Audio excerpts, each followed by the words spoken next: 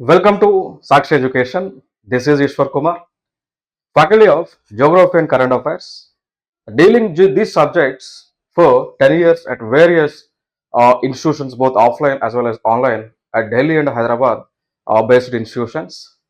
Coming to my educational qualification, I have done BTech in Mechanical Engineering, MSc Geography, and MA Public Administration. So, this is about me. So, in this video, I'm going to discuss about UPSC 75 days strategy. So రాబోయేటువంటి మనకి 75 డేస్లో ఏ విధంగా మన ప్రిపరేషన్ని కొనసాగించాలి, అదేవిధంగా mock exams అనేటువంటి ఏ విధంగా plan చేసుకోవాలి, సిశాట్కి ఏ విధంగా ఇంపార్టెన్స్ ఇవ్వాలి, దానితో పాటు ఏ ఏ రోజున ఏ సబ్జెక్ట్స్ అనేటువంటివి డీల్ చేయాల్సి ఉంటుంది, దాని యొక్క షెడ్యూల్ కూడా నేను మీకు ఇవ్వడం జరుగుతుంది. కాబట్టి this is a very most important video to crack this prelims which is going to be conducted on 24th May of 2026. So కాబట్టి తప్పకుండా వీడియోని ఎండ్ వరకు చూడండి, so that you will gain lot of information to crack this UPSC 2026 examination. So let us start. So ముందుగా మనం చూసుకున్నట్లయితే ఇక్కడ దీనిలో నేను ఇక ఉన్నటువంటి లాస్ట్ గోల్డెన్ 75 డేస్ని 3 phases-గా డివైడ్ చేయడం జరిగింది. Like one phase is phase 1, it is like 1 to 30 days. So in that we are going to cover complete syllabus. So we will cover the complete syllabus as well as we will revise the syllabus within day 1 to 30. And in the phase 2, that is like from 31 day to from 31 to 55 days. So this period is for intensive MCQ practice. And phase 3 is that is like from day 56 to 75. In this period you have to solve full mock examinations and also it is a final revision. So ఇక్కడ నేను ఏదైతే ఈ 75 డేస్ని ఎలా segregate చేశాను అంటే, కంప్లీట్గా మన subjects అన్ని కూడా సిలబస్ని కవర్ చేయటం, దానితో పాటు అట్లీస్ట్ 3 times సబ్జెక్ట్ని రివిజన్ చేసే విధంగా, దానితో పాటు సిశాట్కి కూడా అదే విధంగా ఇంపార్టెన్స్ని ఇస్తూ ఈ యొక్క మాక్ ఎగ్జామ్స్ని కూడా రాసే విధంగా షెడ్యూల్ నేను ప్రిపేర్ చేయడం కాబట్టి చేశాను. సో కాబట్టి ఆ షెడ్యూల్ని నేను మీతో షేర్ చేసుకోబోతున్నా. సో ఈ విధంగా నేను ఫైనల్గా షెడ్యూల్ని phase 1, 2, 3గా డివైడ్ చేశాను. phase 1లో 1 to 30 days and phase 2లో డేస్ 31 నుంచి 55 డేస్ మధ్య, అండ్ phase 3లో 56 నుంచి 75 డేస్ మధ్య ఈ విధంగా సెగ్రిగేట్ చేసుకున్నాం. ఈ ప్రతినిత్యం కూడా ప్రతిరోజు కూడా at least you have to concentrate 10 to 12 hours. So ప్రతిరోజు కూడా 10 నుంచి 12 గంటల సమయాన్ని యూపీఎస్సి ప్రిలిమ్స్ ప్రిపరేషన్ కోసం ఖచ్చితంగా కేటాయించాల్సిందే. సో ఆ విధంగా కేటాయిస్తేనే you can crack the examination and also you can clear the syllabus. Clear. So దీనిలో మనకి phase 1లో we have to do complete syllabus revision. So ఇక్కడ మన phase 1లో కనీసం అట్లీస్ట్ సబ్జెక్ట్ని ఒక్కసారైనా కూడా చదివే విధంగా, దాంతోపాటు రెలవెంట్లో ఉన్నటువంటి పీవీకేస్ని సాల్వ్ చేసే విధంగా ప్లాన్ చేసుకోవాలి. సో దీనిలో సబ్జెక్ట్స్ మనకి లైక్ ప్రిలిమ్స్లో ఉన్నటువంటి subjects Indian history, ancient history, medieval history, modern history, art and culture, polity, economy, geography, దీనిలో India as well as world geography ఉంది, and environment and ecology, science and technology, international relations, government schemes as well as current affairs as well. So current affairs కూడా ఎగ్జామ్లో చాలా important రోల్ని play చేస్తూ ఉంటుంది. ఎందుకు అంటే మనకి ప్రిలిమ్స్ ఎగ్జామ్ తీసుకున్నప్పటికీ కూడా, సో ప్రిలిమ్స్ ఎగ్జామ్లో కూడా ఆల్మోస్ట్ మనకి 40 to 50% క్వశ్చన్ పేపర్ అంతా కూడా రెలవెంట్ టు ది కరెంట్ అఫైర్సే ఉంటుంది. And of course questions static అయినప్పటికీ కూడా ఆ స్టాటిక్లో కూడా రెలవెంట్ కరెంట్ అఫైర్స్ని యాడ్ చేయడం జరుగుతుంది. కాబట్టి ఆల్మోస్ట్ పేపర్ అంతా కూడా మనకి 40 to 50% వరకు కూడా కరెంట్ అఫైర్స్ ఓరియంటేషన్లోనే, సో డైనమిక్ పాయింట్ ఆఫ్ వ్యూలోనే ఉంటుంది. కాబట్టి కరెంట్ అఫైర్స్ కూడా మోస్ట్ ఇంపార్టెంట్. సో ఇట్లా ఈ సబ్జెక్ట్స్ అన్ని కూడా మనం కవర్ చేసుకుంటూ రావాలి. సో దీనిలో మనకి నేను ఈ సబ్జెక్ట్స్కు ఉన్నటువంటి ఫస్ట్ ఫేజ్లో ఉన్నటువంటి 1 to 31 డేస్ ఏదైతుందో 30 డేస్ ఏదైతుందో ఆ 30 డేస్ని ఈ విధంగా సెగ్రిగేట్ చేసుకుంటూ వచ్చాను.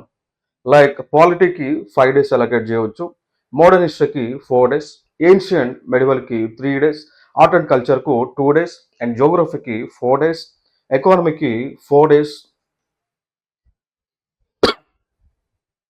ఎన్విరాన్మెంట్కి 3 days, సైన్స్ అండ్ టెక్నాలజీకి 2 days, ఇంటర్నేషనల్ రిలేషన్స్కి 1 day, అదేవిధంగా గవర్నమెంట్ స్కీమ్స్కి 1 day, కరెంట్ అఫైర్స్ అనేవి మాత్రం ప్రతిరోజు కూడా మీరు స్టాటిక్ సబ్జెక్ట్స్తో పాటు ప్రతిరోజు కూడా చదువుకోవాల్సింది. దానికి సంబంధించి కూడా నేను టైంని అలొకేట్ చేశాను. టోటల్‌గా ఫస్ట్ ఫేజ్‌లో ఉన్నటువంటి 30 డేస్‌లో మనం ఏ సబ్జెక్ట్స్‌కు ఎన్ని రోజులు కేటాయించాలి అనేటువంటి సెగ్రిగేషన్ చేసి ఇవ్వడం జరిగింది. ఇదంతా కూడా నేను దాని యొక్క సిలబస్ వెయిటేజ్ బేస్ చేసుకొని, గతంలో వస్తున్నటువంటి క్వెషన్స్‌ని బేస్ చేసుకొని ఈ డేస్‌ని నేను కవర్ చేసుకుంటూ రావడం జరిగింది. ఇలా మెన్షన్ చేశాను. ఇక దాని తర్వాత మనం చూసుకుంటే మరి ఈ ఒక్కొక్క సబ్జెక్ట్స్‌కి ఏ బుక్స్‌ని రిఫర్ చేయాలి అంటే, లైక్ జియోగ్రఫీ పరంగా చూసుకుంటే ఎన్‌సీఈఆర్‌టీస్ అనేటువంటివి మేజర్ రోల్ ప్లే చేస్తూ ఉంటాయి. సాధ్యమైతే 6-12 వరకు చదవడానికి ప్రయత్నం చేయండి. ఒకవేళ సమయం లేదు, పాసిబిలిటీ అవ్వలేదు అనుకుంటే అట్‌లీస్ట్ క్లాస్ 11 అదేవిధంగా క్లాస్ 12లో ఉన్నటువంటి ఎన్‌సీఈఆర్‌టీస్‌ని ఖచ్చితంగా చదవాల్సిందే. ఇక దానితో పాటు నా క్లాస్ నోట్స్ కూడా అందుబాటులో ఉంటుంది. సో, నా క్లాస్ నోట్స్‌ని కూడా మీరు రిఫర్ చేయవచ్చు. సో, దాంతో పాటు certificate of physical Geography by GC long అనేటువంటి ఒక టెక్స్ట్ బుక్ ఉంటుంది. సో, దాన్ని కూడా మీరు రిఫర్ చేస్తే వరల్డ్ జియోగ్రఫీని కొంతవరకు కవర్ చేయడం జరుగుతుంది. క్లియర్? సో, మేజర్‌గా మరి ఈ సంవత్సరానికి సంబంధించి క్వెషన్స్ మాన్సూన్ పైన ఫోకస్ చేయండి ఎక్కువగా. ఓషన్ కరెంట్స్‌కి సంబంధించి. అదేవిధంగా ఇప్పుడు ఇటీవల ఇజ్రాయెల్‌కు, ఇరాన్, యూఎస్ఏ, యూఏఈ లాంటి వెస్టర్న్ ఏషియన్ కంట్రీస్ ఏవైతే ఉన్నాయో వీటి మధ్య మనకి వార్ అనేటువంటిది, కాన్ఫ్లిక్ట్ అనేటువంటిది జరుగుతూ ఉంది. అఫ్‌కోర్స్ అక్కడ యునైటెడ్ స్టేట్స్ ఆఫ్ అమెరికా అక్కడి నుంచి వచ్చి ఈ యొక్క మనకి ఈ యొక్క గల్ఫ్‌లో ఉన్నటువంటి కంట్రీస్ పైన యుద్ధం చేసేటువంటి కార్యక్రమం జరుగుతోంది. ఆ కోవలోనే ఈ స్ట్రెయిట్ ఆఫ్ హార్మూజ్ అనేటువంటిది న్యూస్‌లో ఉంది.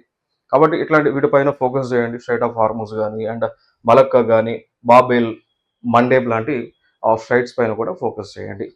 అండ్ ఎన్విరాన్మెంట్ పరంగా వస్తే దీనిలో ఎన్విరాన్మెంట్‌కి సంబంధించి కూడా నా క్లాస్ నోట్స్ అవైలబుల్‌గా ఉంది. సో, దాన్ని కూడా మీరు రిఫర్ చేయొచ్చు. దానితో పాటు శంకరన్ ఐఏఎస్ అకాడమీ వాళ్ళకి సంబంధించినటువంటి ఎన్విరాన్మెంట్ అండ్ ఎకాలజీ బుక్ ఉంటుంది. సో, దాన్ని రిఫర్ చేయొచ్చు. దానితో పాటు అడిషనల్‌గా మినిస్ట్రీ ఆఫ్ ఎన్విరాన్మెంట్, ఫారెస్ట్ అదేవిధంగా క్లైమేట్ చేంజ్ వెబ్‌సైట్ ఉంటుంది. ఆ వెబ్‌సైట్‌ని కూడా ఒకసారి రిఫర్ చేయండి. ఎందుకంటే దాని నుంచి కూడా డేటాను కలెక్ట్ చేసి క్వెషన్స్‌లో ఇస్తూ ఉన్నారు కాబట్టి ఎగ్జామ్స్‌లో ఇస్తూ ఉన్నారు. సో, ఎన్విరాన్మెంట్ అండ్ ఎకాలజీకి నా క్లాస్ నోట్స్ ఇంపార్టెంట్. దాంతో పాటు శంకరన్ ఐఏఎస్ అకాడమీ యొక్క బుక్ కూడా ఇంపార్టెంట్. దానితో పాటు అడిషనల్‌గా గవర్నమెంట్ వెబ్‌సైట్‌ని రిఫర్ చేయండి. That is the point. And disaster మేనేజ్మెంట్‌కి సంబంధించి కూడా నా క్లాస్ నోట్స్ అందుబాటులో ఉంది. అండ్ దానితో పాటు దీనికి సపోర్ట్‌గా NDMA act 2005, national disaster management act 2005, అదేవిధంగా నేషనల్ డిజాస్టర్ మేనేజ్మెంట్ గైడ్‌లైన్స్ ఉన్నాయి. ఇవి రిఫర్ చేయవచ్చు డిజాస్టర్ మేనేజ్మెంట్‌కి సంబంధించి. సో, డిజాస్టర్ మేనేజ్మెంట్‌కి సంబంధించి అయితే అట్‌లీస్ట్ ప్రిలిమ్స్‌లో ఒక క్వెషన్ వస్తుంది. మెయిన్స్ పాయింట్ ఆఫ్ వ్యూలో కూడా ఎవ్రీ ఇయర్ కూడా ఒక క్వెషన్ అయితే రావడం జరిగింది. సో, 2013 నుంచి 2025 మధ్య వరకు కూడా చూసుకుంటే ఎవ్రీ ఇయర్ డీఎంకి సంబంధించి ఒక మెయిన్స్ క్వెషన్ అయితే వస్తా ఉంది. క్లియర్? ఆ కోవలోనే నేను క్లాస్ నోట్స్ కూడా కవర్ చేస్తున్నా. సో, దాన్ని మీరు ఒకసారి రిఫర్ కూడా చేయొచ్చు. నెక్స్ట్ పాలిటీకి సంబంధించి లైక్ మేజర్ బుక్ తీసుకుంటే Indian polity by M Laxmikanth sir. ఆ బుక్ మీరు రిఫర్ చేయవచ్చు. ఇంకా అడిషనల్ ఇన్ఫర్మేషన్ కావాల్సి వస్తే you can go for DD Basu కానీ, లేకపోతే నెక్స్ట్ దానితో పాటు ఎన్సీఆర్టీలో క్లాస్ 11th టెక్స్ట్ బుక్ ఉంటుంది, ఇండియన్ కాన్స్టిట్యూషన్ ఎట్ వర్క్ అని. సో, దాన్ని కూడా మీరు రిఫర్ చేయొచ్చు. ఇక దానితో పాటు అడిషనల్‌గా మీరు ఎలాగో కరెంట్ అఫైర్స్ ప్రిపేర్ అవుతుంటారు కాబట్టి, సో, దానిలో current data relevant to polity కూడా కవర్ అవుతుంది. ఇక మేజర్‌గా ఈ టైంలో మీరు ఫండమెంటల్ రైట్స్ గురించి ఫోకస్ ఎక్కువగా చేయండి. ఎందుకంటే ఫండమెంటల్ రైట్స్ నుంచి, ఫండమెంటల్ డ్యూటీస్ నుంచి, డీపీఎస్పీస్ నుంచి, directive principles of state policy నుంచి అట్‌లీస్ట్ 2 క్వెషన్స్ రావడానికి స్కోప్ ఉన్నటువంటి ఏరియాస్ ఇవి. ఇక దానితో పాటు పార్లమెంట్ గాని, జ్యుడిషియరీ గాని, కాన్స్టిట్యూషనల్ బాడీస్ పైన కూడా ఫోకస్ చేయండి. క్లియర్? ఇది పాలిటిక్స్ సంబంధించి. అండ్ హిస్టరీ మనం తీసుకుంటే హిస్టరీలో 3 పార్ట్స్ ఉన్నాయి. ఏన్షియంట్ హిస్టరీ, దానికి రెలవెంట్‌లో book RS Sharma NCERT books ఉన్నాయి. ఎన్‌సీఈఆర్టీ బుక్స్ రిఫర్ చేయండి. Ancient history by RS Sharma NCERT book ఉంది. మెడివల్ హిస్టరీకి సతీష్ చంద్ర ఎన్‌సీఈఆర్టీ బుక్ ఉంది. అండ్ మోడర్న్ హిస్టరీకి బిపిన్ చంద్ర ఎన్‌సీఈఆర్టీ బుక్ ఉంది. సో, ఈ 3 బుక్స్‌ని రిఫర్ చేస్తే మీరు మాక్సిమం సిలబస్‌ని కవర్ చేయడం జరుగుతుంది ప్రిలిమ్స్ పాయింట్ ఆఫ్ వ్యూలో. సో, దీనిపైన ఎక్కువగా ఫ్రీడమ్ స్ట్రగుల్ పైన ఎక్కువగా ఫోకస్ చేయండి. దానితో పాటు గవర్నర్ జనరల్ రిఫార్మ్స్ కానీ, కాంగ్రెస్ సెషన్స్ పైన ఎక్కువగా ఫోకస్ చేయండి. అండ్ ఏన్షియంట్ హిస్టరీలోకి వస్తే ఇండస్ వ్యాలీ సివిలైజేషన్ పైన ఫోకస్ చేయండి.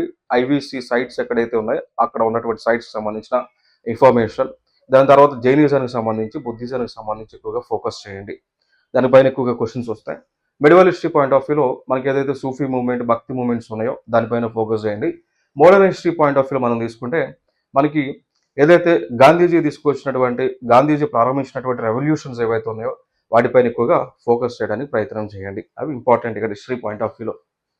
నెక్స్ట్ ఇక్కడ ఎకానమీ తీసుకుంటే, ఎకానమీ అనేటువంటిది మనకి కరెంట్ అఫైర్స్ ఓరియంటేషన్‌లో ఉన్నటువంటి సబ్జెక్ట్. దీనిపైన కూడా కరెంట్ అఫైర్స్ ఓరియంటేషన్‌లోనే మనకి తరచుగా క్వెషన్స్ వస్తూ ఉన్నాయి. కాకపోతే ఆ కరెంట్ అఫైర్స్ క్వెషన్స్‌కి మనం ఆన్సర్ చేయాలి అంటే we have to we should have command on economic terms. So, economic terms పైన మనకి బేసిక్ నాలెడ్జ్ ఉండాలి. కాబట్టి మీరు ఎకానమీకి సంబంధించి Ramesh Singh economy by Indian economy by Ramesh Singh book refer చేయొచ్చు. దాంతో పాటు ఎకానమీ బై నితిన్ సింఘానియా అని బుక్ ఉంది. లేటెస్ట్‌గా మనకి మార్కెట్‌లో దొరుకుతా ఉంది. సో, దాన్ని కూడా మీరు రిఫర్ చేయవచ్చు బేసికల్ టర్మ్స్ గురించి. సో, దానితో పాటు అడిషనల్‌గా ఖచ్చితంగా మీరు గవర్నమెంట్ ఆఫ్ ఇండియా రిలీజ్ చేసిన బడ్జెట్ కానీ, సోషియో ఎకనామిక్ సర్వేని గాని అంటే ఎకనామిక్ సర్వేని గాని ఖచ్చితంగా రిఫర్ చేయాల్సి ఉంటుంది. ఎందుకు అంటే ఈ బడ్జెట్ ఎకనామిక్ సర్వే నుంచి ఎకానమీ రెలవెంట్‌లో అట్‌లీస్ట్ 5-6 క్వెషన్స్ వస్తూ ఉన్నాయి కాబట్టి ఇక్కడ బడ్జెట్ అదేవిధంగా ఎకనామిక్ సర్వే కూడా ఇంపార్టెంట్. ఒకవేళ బడ్జెట్ చాలా పెద్ద డాక్యుమెంట్స్ ఉన్నాయి, రిఫర్ చేయలేము అని అనుకుంటే మీరు దీనికి సంబంధించి బడ్జెట్ అండ్ ఎకనామిక్ సర్వేకి సంబంధించి పిఐబిలో pib.gov.inలో మనకి ఈ యొక్క హైలైట్స్ అనేటువంటివి ఉన్నాయి. సో, దాన్ని ఒకసారి రిఫర్ చేయవచ్చు. అంటే ఇది ఈ పెద్ద లెంతీ బుక్స్ చదవడానికి వీలు లేదు అనుకుంటే, టైం లేదు అనుకుంటే యూ కెన్ రిఫర్ అట్‌లీస్ట్ మనకి హైలైట్స్ ఉన్నాయి. పిఐబిలో ఉన్నాయి. దాంతోపాటు prs.gov.inలో కూడా హైలైట్స్ ఉన్నాయి. వాటిని ఒకసారి రిఫర్ చేయండి. That is the point. So, మేజర్‌గా ఫోకస్ చేయాల్సినటువంటి అంశాలు ఇన్‌ఫ్లేషన్ పైన. ఎందుకంటే ప్రెజెంట్ ఇప్పుడు ఇన్‌ఫ్లేషన్ న్యూస్‌లో ఉంది. సో, ఇన్‌ఫ్లేషన్ యాస్పెక్ట్స్‌లో అండ్ ఇన్‌ఫ్లేషన్ అంటే ద్రవ్యోల్బణం అంటాం. సో, ఆ ఇన్‌ఫ్లేషన్ యాస్పెక్ట్‌లో కూడా కాన్సంట్రేట్ చేయండి. ఎందుకంటే రీసెంట్‌గా రీసెంట్‌గా ఇక్కడ ఇన్‌ఫ్లేషన్‌కి సంబంధించి ఇన్‌ఫ్లేషన్‌లో కన్స్యూమర్ ప్రైస్ ఇండెక్స్ అని ఉంటుంది. దాని యొక్క బేస్ ఇయర్‌ని చేంజ్ చేశారు. 2024గా బేస్ ఇయర్ తీసుకున్నారు. కాబట్టి ఈ బేస్ ఇయర్ న్యూస్‌లో ఉంది కాబట్టి ఆ రెలెవెంట్‌లో ఉన్నటువంటి ఫ్యాక్చువల్ డేటా అంతా కూడా తెలుసుకోండి.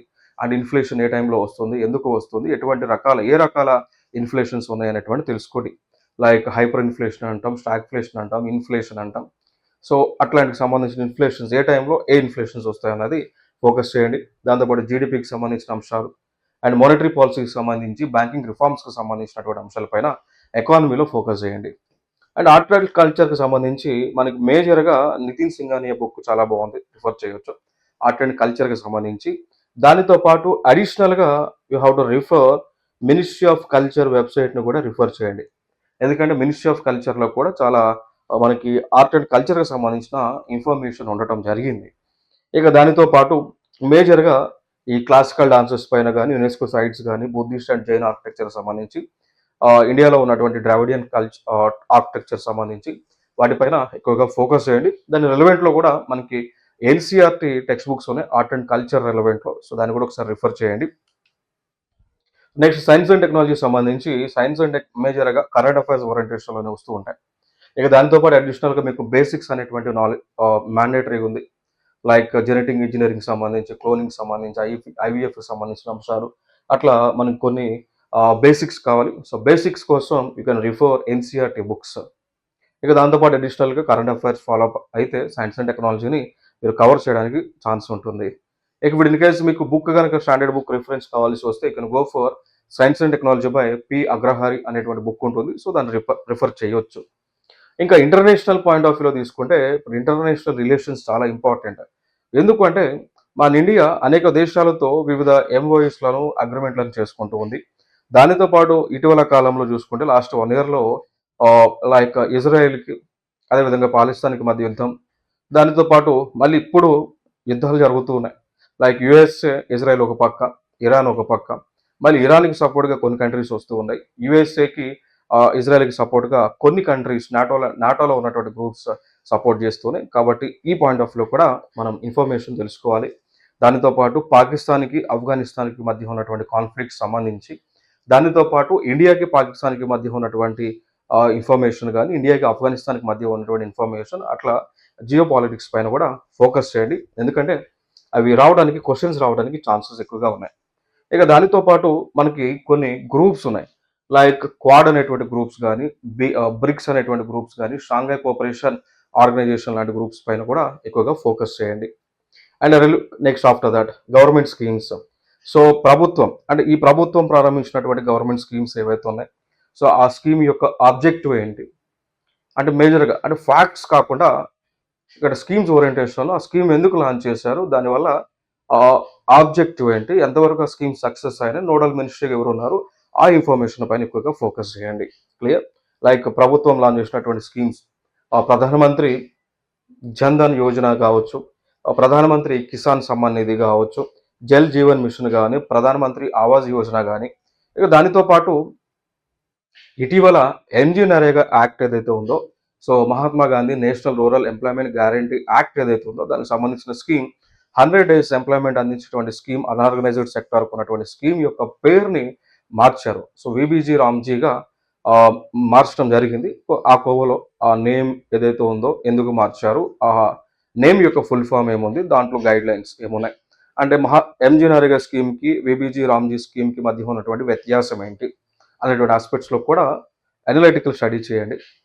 Like MG NREGA scheme 100 days unorganised సెక్టార్‌కు ఎంప్లాయ్మెంట్ అందిస్తుంది. బట్ ఇక్కడ వీబీజీ రామ్జీ స్కీమ్ అనేటువంటిది 125 డేస్ అన్ఆర్గనైజ్డ్ సెక్టార్‌కు ఎంప్లాయ్మెంట్ అనేటువంటిది అందిస్తా ఉంటుంది. సో ఇట్లా మేజర్ డిఫరెన్స్‌లున్నాయి. సో దానిపైన ఎక్కువగా ఫోకస్ చేయండి. ఇంకా ఫేజ్ 2కి వచ్చేద్దాం. అంటే ఫేజ్ 2 అనేటువంటిది మనకి 31 డేస్ నుంచి 55 డేస్ మధ్య మనం చేయాల్సినటువంటి కార్యక్రమాలు. సో ఇక్కడ మనం ఏదైతే ఫేజ్ 1లో నేర్చుకున్నామో, ఆ ఫేజ్ 1లో నేర్చుకున్నటువంటి అంశాలన్నీ కూడా ఇక్కడ మనం అప్లికేషన్ చేసేటువంటి కార్యక్రమం చేస్తూ ఉంటాం. సో ఫేజ్ 1లో గ్యాదర్ చేసుకున్న ఇన్ఫర్మేషన్ అంతా కూడా చదివినంత కాన్సెప్ట్స్ అన్నీ కూడా ఫేజ్ 2లో మనల్ని మనం టెస్ట్ చేయడానికి ఉపయోగిస్తూ ఉంటాం. That is the point. ఇప్పుడు ఇన్ కేస్ ఆ టెస్ట్‌లో మనం ఫెయిల్ అయ్యి ఉంటే ఎందుకు ఫెయిల్ అయ్యామో, ఆ ఫెయిల్ అవ్వకుండా ఫర్దర్‌గా ఉండడానికి ఎటువంటి రెమెడీస్ మనం ఫాలో అవ్వాలి, ఎటువంటి రెక్టిఫికేషన్ చేసుకోవాలి, మళ్ళీ ఏ విధంగా ప్రాపర్ నాలెడ్జ్‌ని గెయిన్ చేసుకోవాలనేటువంటి ఆస్పెక్ట్స్ అంతాలోనే ఈ ఫేజ్ 2 అనేటువంటిది ఉంటుంది. సో ఫేజ్ 2 అనేటువంటిది ఫైనల్‌గా MCQ intensive practice. Major goal వచ్చేసి you have to convert our knowledge into score. ఎందుకంటే మన బుక్స్ చదివితే సరిపోదు. ఆ బుక్స్ చదవటం వల్ల we have to get the marks. Then only మనకి ఎగ్జామ్‌లో క్వాలిఫై అవుతాము. సో ఎగ్జామ్‌లో క్వాలిఫై అయితేనే మనకి జాబ్ అనేటువంటిది వస్తుంది కాబట్టి, ఆ నాలెడ్జ్ మనం ఎంతవరకు నేర్చుకున్నాం, దాన్ని ఏ విధంగా అప్లై చేయగలుగుతూ ఉన్నాం, అప్లై చేస్తే ఎంతవరకు అది కరెక్ట్ అవుతుంది అనేటువంటిది తెలుసుకోవటమే ఫేజ్ 2లో ఉన్నటువంటి మెయిన్ యాంబిషన్. సో దీనిలో మనకి డైలీ టార్గెట్ పెట్టుకోవాలి. సో డైలీ అట్‌లీస్ట్ ఒక 120 నుంచి 150 ఎంసీక్యూస్ ప్రాక్టీస్ చేసే విధంగా ప్లాన్ చేయండి. అఫ్‌కోర్స్ అంటే ఎగ్జామ్‌లో ప్రిలిమ్స్‌లో వచ్చేది జీఎస్ 1 పేపర్‌లో వచ్చేది 100 క్వెషన్సే గాని, బట్ 150 అని అంటున్నావు అని మీకు డౌట్ రావచ్చు. దీనిలో సీసెట్ కూడా యాడ్ చేసుకోవాల్సి ఉంటుంది. సో సీసెట్ పైన కూడా ఫోకస్ చేయాలి. కాబట్టి అవన్నీ కూడా కలిపితే డైలీ అట్‌లీస్ట్ మనకి 120 నుంచి 150 క్వెషన్స్. ఇఫ్ మీకు టైం సాధ్యపడుతుంది అనుకుంటే we can go for the more questions. సమయం ఉంది, ఛాన్స్ ఉంది అనుకుంటే 200 క్వెషన్స్ అయినా కూడా ఎవ్రీడే ప్రాక్టీస్ చేసే ప్రయత్నం చేయండి. సో దానితో పాటు డైలీ 2 సబ్జెక్ట్స్‌ని రివిజన్ చేసుకుంటూ రండి. సో డైలీ 2 సబ్జెక్ట్స్‌ని రివిజన్ చేయటం, దానిపైన మాక్ ఎగ్జామ్స్ రాయటం. దానితో పాటు అడిషనల్‌గా ప్రీవియస్ ఇయర్ క్వెషన్స్‌ని కూడా సాల్వ్ చేయండి. మీకు మార్కెట్‌లో పీవైక్యూస్‌కి సంబంధించినటువంటి బుక్స్ అందుబాటులో ఉన్నాయి. సో ఇయర్స్ కూడా 1995 నుంచి 2025 మధ్య ఉన్నటువంటి క్వెషన్స్‌ని ఎక్కువగా సాల్వ్ చేయండి. అంటే క్వెషన్ టు ఆన్సర్ కాకుండా మేజర్‌గా మీరు ఆ క్వెషన్ ఇచ్చి, క్వెషన్‌లో ఉన్నటువంటి ఆప్షన్స్ ఏబీసీడీలు ఏవైతే ఉన్నాయో, ఆ ఏబీసీడీలను కూడా మీరు ఉన్నటువంటి ఏబీసీడీలో ఉన్నటువంటి ఇన్ఫర్మేషన్ కూడా మీరు రిఫర్ చేయాల్సి ఉంటుంది. లైక్ ఫర్ ఎగ్జాంపుల్ ఒక క్వెషన్‌కు ఉన్న 4 ఆప్షన్స్‌లో ఒకటే రైట్. మరి మిగిలినవి ఎందుకు రాంగ్ అవుతూ ఉన్నాయి? ఆ మిగిలినటువంటి ఆప్షన్స్‌కి రెలెవెంట్ ఇన్ఫర్మేషన్ ఏంటి? సో దానిపైన కూడా ఫోకస్ చేయండి. అంటే మనం పీవైక్యూస్ చేసేటప్పుడు, సాల్వ్ చేసేటప్పుడు ఇన్ డెప్త్ అనాలిసిస్ ఓరియంటేషన్‌లోని ఆ పీవైక్యూస్‌ని మనం సాల్వ్ చేయాలి. ఎందుకు అంటే మేము చాలా పేపర్స్ కూడా రిఫర్ చేయడం జరిగింది. మాకు అర్థమైనటువంటి అంశం ఏంటి అంటే, ఏదైతే పీవైక్యూస్‌లో క్వెషన్స్ ఉంటాయో, ఆ క్వెషన్స్‌లో ఉన్నటువంటి ఆప్షన్స్‌ని తీసుకొని మళ్ళీ ఆ ఫర్దర్ ఇయర్స్‌లో క్వెషన్స్‌ని ఫ్రేమ్ చేస్తూ ఉన్నారు కాబట్టి, సో పీవైక్యూస్‌ని ఇన్ డెప్త్ అనాలిసిస్‌తో నేర్చుకుంటేనే దానివల్ల మనకు యూజ్ ఉంటుంది. 100% మనం ఈ ఎగ్జామ్స్‌లో సక్సెస్‌ని సాధించడానికి పాసిబిలిటీ అవుతుంది. That is the point. Clear? And so దాంతో పాటు ఎందుకు మనం పీవైక్యూస్ చేయాలి అంటే, ఇక్కడ రిపిటేషన్ జరుగుతా ఉంది. ఆ ప్యాటర్న్‌ని రిపీట్ చేస్తూ ఉంది యూపీఎస్‌సి. కాబట్టి సో గతంలో జరిగిన క్వెషన్స్ యొక్క ప్యాటర్న్ మనం తెలుసుకుంటే, జరగబోయేటువంటి ఎగ్జామ్స్‌లో ప్యాటర్న్ మనం గెస్ చేసి కరెక్ట్‌గా ఆ విధంగా ప్రిపేర్ అవ్వడానికి ఛాన్స్ ఉంటుంది. That is the point. Clear?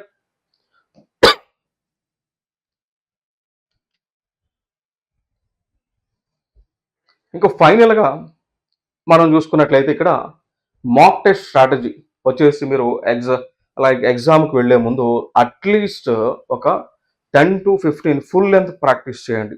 At least 10-15 లేదా 12-15 అట్లీస్ట్ అండి. ఇది మినిమమ్. ఇది మాక్సిమం నేను చెప్పట్లేదు.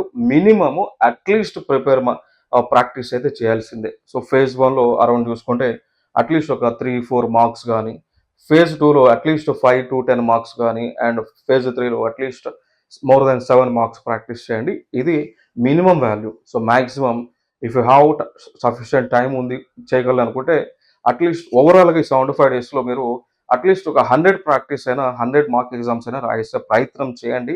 It's a mandatory thing. But ఇది మినిమమ్. ఇది మినిమమ్ చెప్తున్నా. Maximum you can go any number of examinations.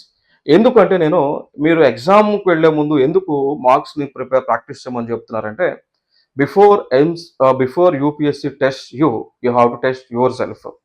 So అక్కడ యూపీఎస్సీ మిమ్మల్ని టెస్ట్ చేస్తే ఒకవేళ అక్కడ మీరు ఆ టెస్ట్‌లో విన్ అవ్వకపోతే you are going to lose 1 more year. కాబట్టి సో యూపీఎస్సీ మనల్ని టెస్ట్ చేసే ముందు మనకి మనం సెల్ఫ్‌గా టెస్ట్ చేసుకుంటే మనలో ఉన్నటువంటి లోటుపాట్లు అనేటువంటివి మనకి అర్థమయ్యి దాన్ని రెక్టిఫై చేసుకోవడానికి టైం ఉంటుంది కాబట్టి so that you have to go for solving of PYQs as well as mock exams అన్నమాట. So always analyse mistakes. మనం చేసినటువంటి మిస్టేక్స్‌ని ఎందుకు అక్కడ మిస్టేక్ చేస్తున్నాము అనేది అనలైజ్ చేయండి. So that it will very fruitful to you guys. Next phase 3లో final రివిజన్‌లోకి వెళ్ళిపోవచ్చు. ఇక్కడ మనం ఫేజ్ 3లో ఫోకస్ చేయాల్సినవి మళ్ళీ ఏదైతే మనం ఫేజ్ 1లో నేర్చుకున్న కాన్సెప్ట్స్ ఉన్నాయో మళ్ళీ అన్నీ కూడా రివిజన్ చేసుకుంటా రావాలి. సో దీనిలో మల్టిపుల్ టైమ్స్ రివిజన్ చేసే ప్రయత్నం చేయండి. అట్లీస్ట్ 3 టైమ్స్ అయితే టోటల్ సిలబస్‌ని రివిజన్ చేయండి. అండ్ ఫుల్ మార్క్ ఎగ్జామ్స్‌ని రాయండి. దాంతోపాటు మీరు ఏదైతే షార్ట్ నోట్స్ ప్రిపేర్ చేసుకున్నారో దాన్ని కూడా రిఫర్ చేస్తూ ఉండండి. దాంతోపాటు ప్యారలల్‌గా కరెంట్ అఫైర్స్‌ని కూడా మీరు రిఫర్ చేస్తూ ఉండండి ఫేజ్ 3లో. ఇక ఫేజ్ 3 అనేది లాస్ట్ 15 డేస్ ఆఫ్ టైం. ఈ 15 డేస్ ఆఫ్ టైంలో డే 1లో తీసుకుంటే పాలిటీ రివిజన్ చేయండి. డే 1లో పాలిటీ రివిజన్ చేయండి. డే 2లో ఎకానమీ రివిజన్ చేయండి. డే 3కి హిస్టరీ, డే 4కి జియోగ్రఫీ, డే 5కి ఎన్విరాన్మెంట్, డే 6లో ఆర్ట్ అండ్ కల్చర్, డే 7లో science and technology, and day 8లో కరెంట్ అఫైర్స్ని రివిజన్ చేయండి. ఇక డే 9లో మళ్ళీ ఏదైతే ఇది రెలవెంట్లో ఉన్నటువంటి మాక్ ఎగ్జామ్స్ ఏవైతే రాసి ఉన్నారో మాక్ ఎగ్జామ్స్ని మళ్ళీ ఒకసారి రివిజన్ చేయండి. అండ్ డే 10లో వచ్చేసి మీకు ఎక్కడైతే వీక్ ఉందో, ఎక్కడైతే మాక్ ఎగ్జామ్స్లో మీకు మార్క్స్ తక్కువ వస్తున్నాయో ఆ ఏరియాస్ని ఫైండ్ అవుట్ చేసి దానిపైన రెక్టిఫికేషన్ చేసే కార్యక్రమం చేయండి. అండ్ డే 11లో మాక్ ఎగ్జామ్ రాయండి. డే 12లో పీవైక్యూస్ రివిజన్ చేయండి. డే 13లో మళ్ళీ మాక్ ఎగ్జామ్స్ అండ్ డే 14లో లైట్ రివిజన్ చేయండి. అండ్ డే 15కి వచ్చేసి డే 15కి వచ్చే వాటికి మనకి మే 23 వస్తుంది. సో ఆ రోజు రెస్ట్ అనేటువంటిది తీసుకోండి. సో ఆ రోజున కొత్త బుక్స్ చదవటము, లేదు అంటే గతంలో చదివినవి చదివే కార్యక్రమాలు కూడా చేయకండి. కొత్త బుక్స్ జోలికెట్టే పరిస్థితుల్లో వెళ్ళకండి. సో ఈ టైంలో కొత్త బుక్స్ జోలికి వెళితే దానివల్ల నష్టమే తప్ప లాభం అనేటువంటిది ఉండదు. ఎందుకంటే కొత్త బుక్స్‌లో వెళ్ళి కొత్త కాన్సెప్ట్స్ చదివితే ఏమవుతుంది అంటే మైండ్‌లో స్ట్రెస్ అనేటువంటిది బిల్డ్ అయ్యి గతంలో నేర్చుకున్నటువంటి కాన్సెప్ట్స్ మనకి ప్రాపర్‌గా గుర్తు రాకపోవడానికి కూడా ఛాన్స్ ఉంది. కాబట్టి సో ఏదైతే మనకి మే 23 ఉందో సో ఆ రోజున ప్రాపర్‌గా రెస్ట్ తీసుకోండి. వీలైతే సాధ్యమైనంత వరకు you have to take sleep. So ఒక మంచి స్లీప్ వేయండి. అండ్ ఆ రోజు కూడా ప్రాపర్ ఫుడ్‌ని తీసుకోండి. Don't go for any spicy food. So normal food తీసుకొని సఫిషియెంట్‌గా తీసుకొని రెస్ట్ తీసుకునే ప్రయత్నం చేయండి. ఎటువంటి టెన్షన్స్ పెట్టుకోకుండా. సో కాబట్టి ఈ మే 23 వచ్చేపాటికి మీరు పక్కాగా ఇవన్నీ కూడా చేస్తుంటారు కాబట్టి మీలో అప్పటికి చాలా కాన్ఫిడెన్స్ బిల్డ్ అయి ఉంటుంది కాబట్టి ఆ కాన్ఫిడెన్స్‌తో మే 24న మీరు ఎగ్జామ్‌కి వెళ్ళేటప్పుడు 100% మీరు ఆహ్, అవుట్‌పుట్ ఇవ్వగలరు. Clear? That is the important thing. And coming to CSAT స్ట్రాటజీకి వచ్చేస్తే సీసాట్ పేపర్‌ని చాలామంది కూడా నెగ్లెక్ట్ చేస్తూ ఉంటారు. ఎందుకు అంటే జస్ట్ సీసాట్ పేపర్ మనకి 33% మార్క్స్ వస్తే క్వాలిఫై అవుతాం కదా అని ఒక ఇంటెన్షన్‌లో ఉంటారు. బట్ ఆ 33% మార్క్స్‌ని సాధించడం అంత ఈజీ కాదు సీసాట్ పేపర్‌లో. అంటే అట్‌లీస్ట్ మనకి 67 మార్క్స్ అయితే రావాలి. బట్ 67 మార్క్స్ రావడం అంత ఈజీ కాదు. సో దానికి నిరంతరంగా ప్రాక్టీస్ చేస్తూనే ఉండాలి. క్లియర్? ఆ పాయింట్ ఆఫ్ వ్యూలో నేను సీసాట్‌కి కూడా ప్లాన్ ఇవ్వటం జరిగింది. పేపర్ 2 సీసాట్ ఇక్కడ. సో అయితే దీనిలో మేజర్‌గా టాపిక్స్ వచ్చి రీడింగ్ కాంప్రహెన్షన్ ఉంటుంది. Logical reasoning, basic mathematics and data interpretation ఉంటుంది. ఇది సీసాట్‌లో ఉన్నటువంటి సిలబస్‌గా మనం చెప్తూ ఉంటాం. ఇంక అయితే ఈ సీసాట్‌కి సంబంధించి మీరు బుక్స్‌కి రిఫర్ చేయొచ్చు. లైక్ అనలిటికల్ రీజనింగ్‌కి 'ఎంకే పాండే', సీసాట్ మాన్యువల్‌కు 'పియర్సన్' అండ్ అరిహంత్ రిఫర్ చేయవచ్చు. ఇఫ్ ఇన్ కేస్ మీరు ఇంకేదైనా ఫర్దర్‌గా బుక్స్ రిఫర్ చేసి ఉంటే ఇట్ ఈస్ ఆల్సో గుడ్. ఇప్పుడు 'ఆర్ఎస్ అగర్వాల్' కొంతమంది రిఫర్ చేస్తూ ఉంటారు. కొంతమంది కొన్ని బుక్స్‌ని రిఫర్ చేస్తూ ఉంటారు. సో, అవి రిఫర్ చేసినా okay. But we have to the main thing is that we have to know the concept. Clear? So, that's the point. So, ఈ సీసాట్‌కి సంబంధించి ప్రతిరోజు గూడా మనం ఏదైతే డే 1 నుంచి ప్రోగ్రామ్ ఇచ్చున్నామో డే 1లో సీసాట్‌కి అట్‌లీస్ట్ 1 అవర్ అనేటువంటిది మనం అలొకేట్ జేయాలి. ఎందుకంటే CSAT is paper 2 very important paper. Paper 1 ఎంత ఇంపార్టెంటో పేపర్ 2 గూడా అంతే ఇంపార్టెంట్. సో, కాబట్టి డే 1లో కాంప్రహెన్షన్ ప్రాక్టీస్ చేసిన, డే 2లో రీజనింగ్, డే 3లో మ్యాథమెటిక్స్ అండ్ డే 4లో ప్రాక్టీస్ సెట్ చేసిన, మళ్ళీ ఇదే సైకిల్‌ని రిపీట్ చేసుకుంటూ రావాలి. ఫైనల్‌గా ఇది 75 డేస్ వరకు ఈ ప్లాన్ అనేటువంటిది మీరు ఫాలో అవ్వాల్సి ఉంటుంది. నెక్స్ట్ ఇక్కడ నేను జనరల్‌గా ఒక 12 అవర్స్ బేస్ చేసుకొని డైలీ షెడ్యూల్ మెన్షన్ చేశాను. దానిలో చూసుకుంటే 6-9 AM వరకు మీకు నేను ఏదైతే కోర్ సబ్జెక్ట్స్ ఇచ్చున్నానో కోర్ సబ్జెక్ట్స్‌ని రిఫర్ చేయవచ్చు. 9-10 ఒక బ్రేక్ తీసుకోవటం. నెక్స్ట్ మళ్ళీ 10-1 సెకండ్ సబ్జెక్ట్‌ని రిఫర్ చేయటం. అండ్ 1-2 వచ్చేసి లంచ్ టైమ్. అండ్ 2-4 ఎంసీక్యూస్‌ని ప్రాక్టీస్ చేయడం. 4-5లో 1 అవర్ టైం సీసాట్‌ని ప్రాక్టీస్ చేయడం. నేనెందుకు 4-5 పీఎం టైంలో సీసాట్‌ని ఎందుకు ఇచ్చామంటే జనరల్‌గా 4-5 టైంకి మనం డల్ అయిపోతూ ఉంటాం. కాబట్టి సో, డల్ అయినా కూడా యాక్టివ్‌నెస్ పెంచే సబ్జెక్ట్ మనకి ఈ సీసాట్. కాబట్టి సీసాట్‌కి ఈ టైం ఇవ్వడం జరిగింది. అండ్ 5-7 పీఎం మళ్ళీ రివిజన్ చేసుకోవచ్చు. అండ్ 8-9 పీఎం మధ్య కరెంట్ అఫైర్స్ పైన ఫోకస్ చేయండి. ఆ కరెంట్ అఫైర్స్ కూడా మ్యాండేటరీగా 1 ఇయర్ కరెంట్ అఫైర్స్ అయితే రిఫర్ చేయండి. అంటే మే 24 ఎగ్జామ్ కాబట్టి మే నుంచి గతంలో జరిగినటువంటి మే వరకు కూడా ఫోకస్ చేయండి. అట్లీస్ట్ మే మిస్ అయినా ఏప్రిల్ వరకైనా ఫోకస్ చేయండి. క్లియర్? ఎందుకంటే 1 ఇయర్ కరెంట్ అఫైర్స్ ఇంపార్టెంట్. ఇక టోటల్‌గా మనకి ఇది మినిమమ్ టార్గెట్. నేను మాక్సిమం టార్గెట్ కాదు. Minimum target. ఈ 75 డేస్ ఆఫ్ టైమ్‌లో అట్‌లీస్ట్ ఒక 7000 ఎంసీక్యూస్‌ని ప్రాక్టీస్ చేసే కార్యక్రమం చేసి ఉండాలి. పీవైక్యూస్ దాదాపు ఒక 1500 టోటల్‌గా మాక్ టెస్ట్‌లు వచ్చేసి 12-15 మాక్ టెస్ట్‌లను ప్రాక్టీస్ చేస్తే అండ్ ఫుల్ ఎగ్జామ్స్‌ని ప్రాక్టీస్ చేయాలి.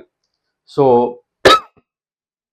చేసుంటే బావుంటుంది. సో, ఎందుకంటే practice is the key to success. మనం ఎంత ప్రాక్టీస్ చేస్తే సక్సెస్‌కు అంత దగ్గరగా ఉన్నాము అని అర్థం. ఇక దాంతో పాటు వెయిటేజ్ మనం చూసుకుంటే ప్రిలిమ్స్‌లో పేపర్ 1లో ఎన్విరాన్మెంట్ నుంచి ఒక 15-18 క్వెషన్స్ రావచ్చు. పాలిటీ నుంచి 12-15, హిస్టరీ నుంచి 15, జియోగ్రఫీ నుంచి 10-12 క్వెషన్స్. అండ్ ఎకానమీ నుంచి 10-12, సైన్స్ అండ్ టెక్నాలజీ నుంచి 8-10 క్వెషన్స్, ఆర్ట్ అండ్ కల్చర్ నుంచి 5-7 క్వెషన్స్, అండ్ కరెంట్ అఫైర్స్ నుంచి 20 క్వెషన్స్ అనమాట. అంటే పేపర్‌లో 1/5 ఆఫ్ ది పేపర్ అంతా కూడా కరెంట్ అఫైర్స్ ఉండబోతా ఉన్నాయి. ఇది జనరల్‌గా గత ఇయర్స్‌లో బేస్ చేసుకుంటే ఇప్పుడు తీసుకున్నటువంటి ప్రెడిక్షన్ అనమాట. సో, ఈ విధంగా క్వెషన్స్ అనేటువంటివి రాబోతూ ఉన్నాయి పేపర్ 1లో. అయితే మనకి స్కోర్ టార్గెట్ వచ్చేసి జీఎస్ 1 పేపర్ 1లో అట్‌లీస్ట్ ఒక 100-110 టార్గెట్‌ని పెట్టుకోవాలి. అంతకంటే ప్లస్ వస్తే it is very good. But minimum 100 వరకు సాధించే టార్గెట్‌ని పెట్టుకోండి. ఎందుకంటే కట్ ఆఫ్ చూసుకుంటే గతంలో చూసుకుంటే మనకు 98 ఆ రేంజ్‌లో కట్ ఆఫ్ ఉంది.